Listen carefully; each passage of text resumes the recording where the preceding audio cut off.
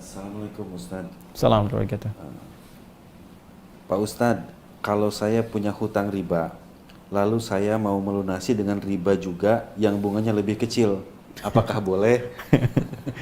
Ya, sama-sama riba. Ya, kecil sedikit, kecil banyak, sedikit banyak, sama-sama ribanya, gitu kan? Kemudian ya sama mabuk, sedikit banyak, ya sama-sama mabuknya. Ya, tapi kita lihat akhafud dhararain. Jadi yang paling ringan, ya kondisinya.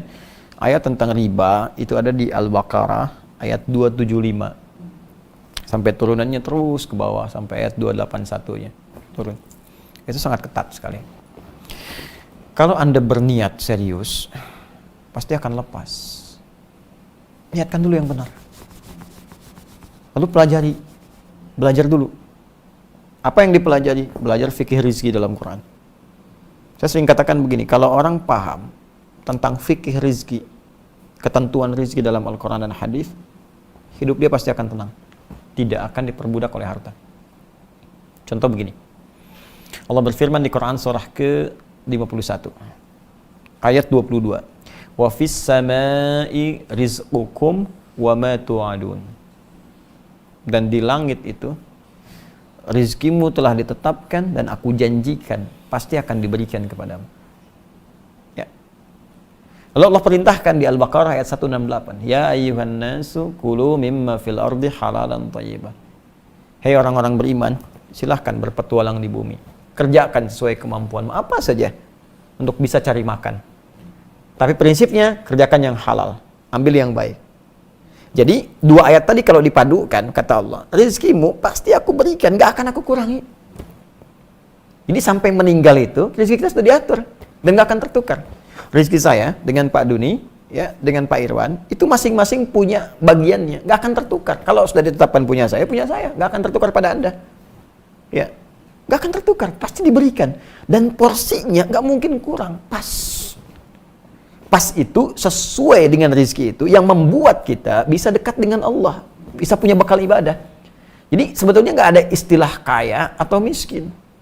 Ya, istilahnya itu rezeki yang sesuai untuk kita sebagai bekal kita untuk pulang. Ini yang paling pas buat kita untuk ibadah. Sebab kalau terlalu banyak bisa sombong dosa, sedikit bisa kufur misalnya. Jadi dicukupkan oleh bagi kita. Kita mesti paham itu.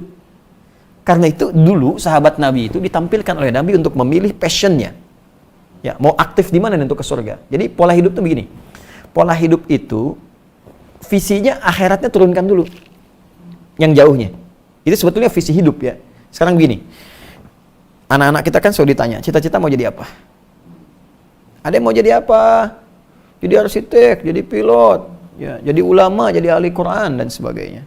Dari situ kan orang tua lalu belum menurunkan pendidikan dia. Anak saya pengen jadi dokter.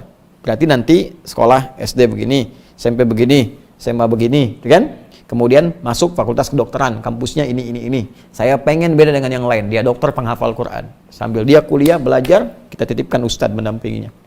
Jelaskan ayat-ayat kedokteran dalam Al-Quran. Jadi lulusnya nggak tanggung, dokter biasa udah banyak. Udah banyak dokter biasa. Yang kita butuhkan dokter fisik yang mengobati dengan pendekatan ruhiyahnya. Jadi ada kaitannya, mata misalnya, ini matanya sehat nih, tapi ibu ini fisiknya bagus, cuman secara spiritualnya nggak bagus. Gimana contohnya mata sehat? Bisa kelihatan semua, tapi dia nggak bisa bedain mana sendal dia, mana sendal orang. Ya kan? Nah, telinga dan sebagainya itu komplit tuh. Nah, ini jadi peta hidup tuh begitu. Anda ingin anak jadi apa, Anda mau jadi apa, turunkan pendidikannya. Sama, hidup kita secara lebih kompleks, lebih luas, turunkan target paling tingginya. Di akhirat pengen kemana? Surga. Semua orang pasti pengen ke surga. Tapi tidak semua yang pengen ke surga menurunkan tentang ayat surga sehingga menjadi aktivitas di bumi. Saya tanya begini, lu pengen surga apa? Firdaus. Betul? Firdaus, insya Allah. Kenapa nggak Anda turunkan keterangan surga Firdaus dalam Al-Quran? Apa amalan orang-orang Firdaus itu dalam Al-Quran? Turunkan menjadi aktivitas kita di bumi. Kurikulumnya apa? Misal, ada pewaris ahli Firdaus yang beraktivitas di bumi. Jadi ini ahli surga Firdaus yang beraktivitas di bumi. Disebutkan oleh Allah di Quran surah 23 ayat 1 sampai 9-nya itu. Ya, nanti bagian akhirnya ditutup dengan alladzina yarithuna al-firdausa hum fiha khalidun. Ulaika humul warithun, mereka itu para pewaris surga Firdaus, sedang beraktivitas di bumi. Alladzina yarithuna al-firdausa hum fiha khalidun. Mereka itu pewaris surga Firdaus yang akan kekal tinggal di dalamnya. Siapa mereka? Ayat pertama, qad aflahal mu'minun. Sungguh bahagia dan sukses orang-orang beriman yang konsisten dengan imannya. Apa amalannya? Alladzina hum fi salatihim khashi'un. Ada salatnya, ada zakatnya, ada menahan fisik kita dari perbuatan buruk, tidak zina, tidak macam-macam dan sebagainya, menahan kata-kata kotor, anilawi mu'ridun, yang tak pantas tinggalkan. Itu keluarkan jadi kurikulum hidup. Contoh, saya pengen jadi ahli Firdaus, salat mesti khusyuk, belajar tentang salat. Terus dia berzakat, makanya Anda berusaha bekerja supaya bisa zakat, bukan supaya kaya. Kaya itu biasa bagi orang Islam. Ini motivasi kaya itu untuk meraih surga. Itu yang disebutkan di Quran surah ke-28 ya, ayat 77. Wabtaghi fima atakallahu daral akhirah wa la tansa nasibaka minad dunya. Kalau engkau dapat titipan harta, gunakan harta itu untuk meraih surgamu. Itu. Tapi kamu jangan lupakan bagian duniamu. Maksudnya ya silahkan. Punya rumah punya juga, punya mobil punya juga. Tapi gunakan perangkat itu untuk kepentingan ibadah kita. Ini cari surga dengan hartanya. Kalau yang kaya banyak.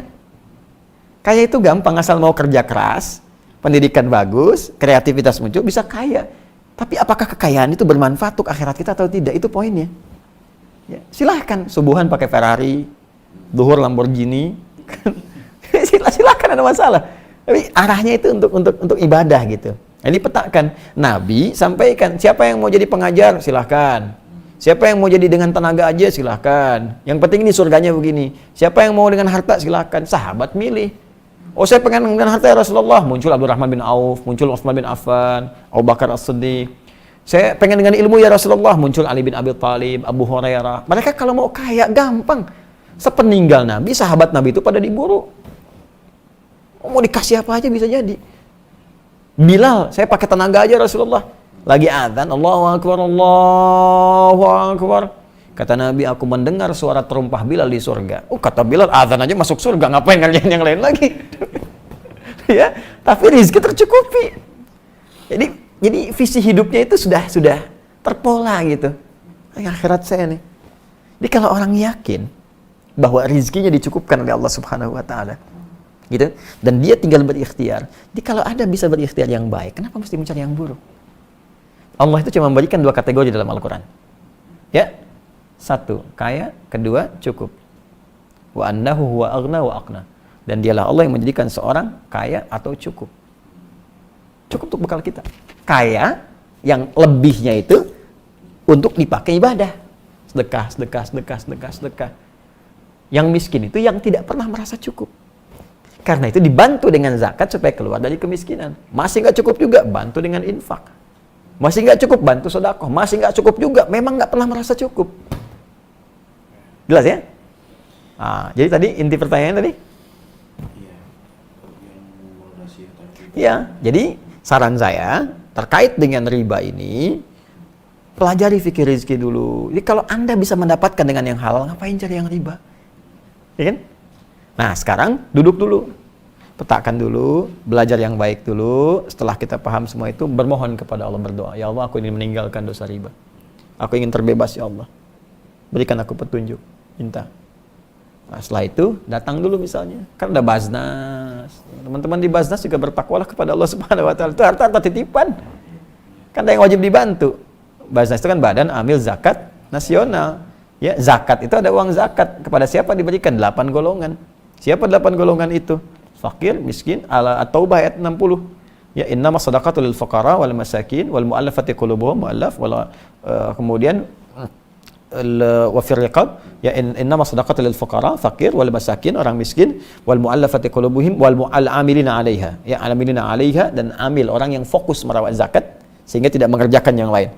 Ya, mu'allafa qulubuhum, mu'allaf, wa fir riqab, hamba sahaya sudah enggak ada, wal gharimin, orang yang terikat utang piutang dengan pekerjaan syar'i, bukan utang piutang umum, kredit mobil, kredit motor, minta zakat, bukan, ya. Wa fi sabilillah, wa ibnis sabil, dan orang yang dalam perjalanan. Nah, yang tadi kan dia masuk kategorinya. Ya, fakir dengan keadaan yang miskin, dia masuk. Mintakan misalnya dengan pola pinjam nanti bayar misalnya, nggak usah pakai bunga dari situ, bisa. Bisa pakai dana-dana itu, ajukan dulu, minta, atau hubungi teman-teman yang baik yang kira-kira ada kelebihan, bisa dipakai. Kalaupun nggak ditemukan sama sekali, cuma skema tadi yang ada, yang lebih kecil, dengan niat untuk memperbaiki, maka itu menjadi bagian darurat bagi dia sebagai jembatan untuk berpindah.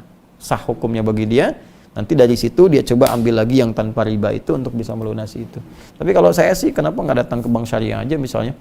Atau yang syariah, yang ribanya jelas sudah nggak ada, terus dia berusaha mencicil dari situ. Dari situ dia jangan simpulkan dulu, nggak ada. Yang punya kan Allah. Berusaha dulu. Sekira itu ya. Allah Ta'ala ala bisawab.